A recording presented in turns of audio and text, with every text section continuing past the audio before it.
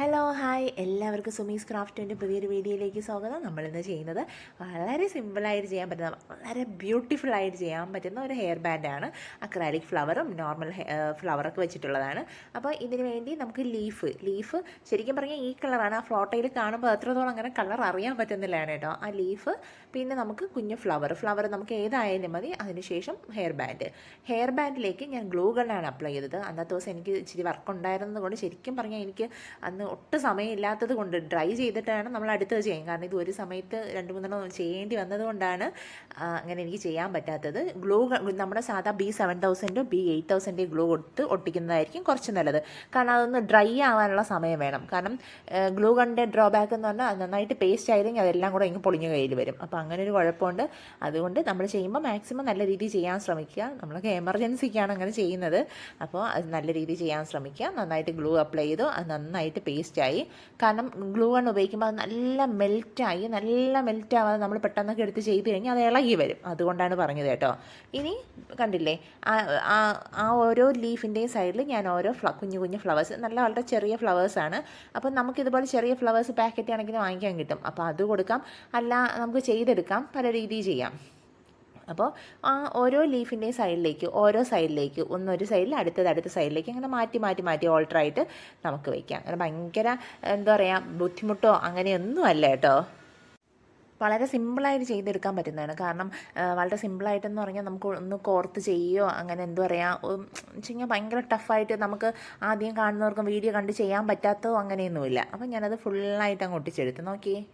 പിന്നെ നമ്മളതൊന്ന് just check ചെയ്യണമെങ്കിൽ ഇതൊന്ന് ഡ്രൈ ആയിട്ട് അത് നല്ല ഡ്രൈ ആയോ എന്ന്.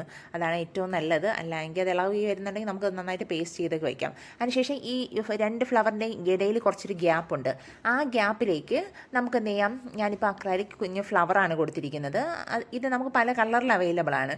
അപ്പോൾ ഇത് വേണ്ടാന്നുള്ളവർക്ക് ക്ലിപ്പ് സ്റ്റോൺ ഉണ്ടെങ്കിൽ ക്ലിപ്പ് സ്റ്റോൺ കൊടുക്കാം, അല്ല ഒരു പേൾ വേണമെങ്കിൽ പേൾ വെച്ച് കൊടുക്കാം. ഗോൾഡൻ പേളാണെങ്കിൽ കുറച്ചുകൂടെ ഭംഗിയാണ്. അപ്പോൾ നമ്മളുടെ ഇഷ്ടത്തിന് നമുക്ക് എന്തെന്ന് വെച്ചാൽ ചെയ്യാം. അപ്പോൾ എനിക്ക് വൈറ്റും പിങ്കും ആയിരുന്നു കോമ്പിനേഷൻ ചെയ്ത് കൊടുക്കേണ്ടിയിരുന്നത്. അതുകൊണ്ടാണ് ഞാൻ ഇങ്ങനെ ചൂസ് ചെയ്തത്. ഞാനൊന്ന് പേള് വെച്ച് നോക്കിയായിരുന്നു. എൻ്റെ കയ്യിൽ ആ ഒരേ സൈസുള്ള പേള് ഫുള്ളായിട്ട് വെച്ചുകഴിഞ്ഞാൽ ഇത് 2-3 ചെയ്യണമായിരുന്നു. അപ്പോൾ അതിനുള്ളത് ഇല്ലായിരുന്നു. അതുകൊണ്ടാണ് കേട്ടോ. അപ്പോൾ പേള് വെച്ചാലും നല്ല ഭംഗിയാണ്. അപ്പോൾ കട്ട് ബീഡ്സ് കൊടുത്താലും നല്ല ഭംഗിയാണ്. അപ്പോൾ നമ്മുടെ കയ്യിൽ ഉള്ളതിനനുസരിച്ച് നമുക്ക് ട്രൈ ചെയ്ത് നോക്കാം ഏതാണ് ബെറ്റർ ആയിട്ട് വരുന്നതെന്ന്. അപ്പോൾ നോക്കാം. ഇനി എന്ത് ചെയ്യണം, കംപ്ലീറ്റ് ആയിട്ട് ആ ഓരോ ഗ്യാപ്പിൽ ഇച്ചിരി ഗ്യാപ്പുണ്ട്. ഞാൻ ഇവിടെ ഗ്ലൂ ഗൺ തന്നെയാണ് യൂസ് ചെയ്യുന്നത്. ഇങ്ങനെയുള്ളതൊക്കെ പേസ്റ്റ് ചെയ്യാൻ ഗ്ലൂ ഗണ്ണ് കുഴപ്പമില്ല. പക്ഷേ എന്താ പറയുക, നമ്മുടെ B7000 8000 ആയ അത്രയും നല്ലതാണ്. നന്നായിട്ട് അത് പേസ്റ്റ് ആയിരിക്കും. ഇച്ചിരി സമയം വേണമെന്നേ ഉള്ളൂ. അതിനുശേഷം എന്ത് ചെയ്യുന്നറിയാവോ, ഓരോ ഗ്യാപ്പിലും അത് ശ്രദ്ധിച്ച് തന്നെ വെക്കണം. കാരണം ഈ 2 ഫ്ലവറിൻ്റെ ഇടയിൽ ചെറിയൊരു ഗ്യാപ്പേ ഉള്ളൂ. അപ്പോൾ ആ ഗ്യാപ്പ് നന്നായിട്ട് അത് കറക്റ്റ് ഫില്ല് ചെയ്ത്, കാരണം നമ്മൾ ഗ്ലൂ ഗണ്ണ് വെക്കുമ്പോൾ അത് നന്നായിട്ട് അവിടെ ഇരിക്കുന്നുണ്ടോ എന്നൊക്കെ നന്നായിട്ട് ശ്രദ്ധിച്ച് വേണം അത് ഫിക്സ് ചെയ്യാൻ. അപ്പോൾ ഇച്ചിരി സമയം എടുക്കും കേട്ടോ അത് ചെയ്തെടുക്കാനായിട്ട്. പിന്നെ നമ്മൾ ചൂടാണ്, നമ്മളതിങ്ങനെ മെൽറ്റായി വരുന്ന സമയത്ത് കൈയൊന്നും വെച്ച് കൊടുക്കരുത്. നമ്മളെ കൈയൊക്കെ നന്നായിട്ട് പൊള്ളും. കാരണം എനിക്കൊക്കെ സ്ഥിരം പറ്റുന്നതാണ്. എത്ര നമ്മളിങ്ങനെ വീഡിയോയിൽ പറയുമെങ്കിലും നമ്മൾ ചെയ്യുമ്പോൾ ശ്രദ്ധിക്കത്തില്ല, പെട്ടെന്ന് അങ്ങ് കൈ അങ്ങ് പൊള്ളിപ്പോവും.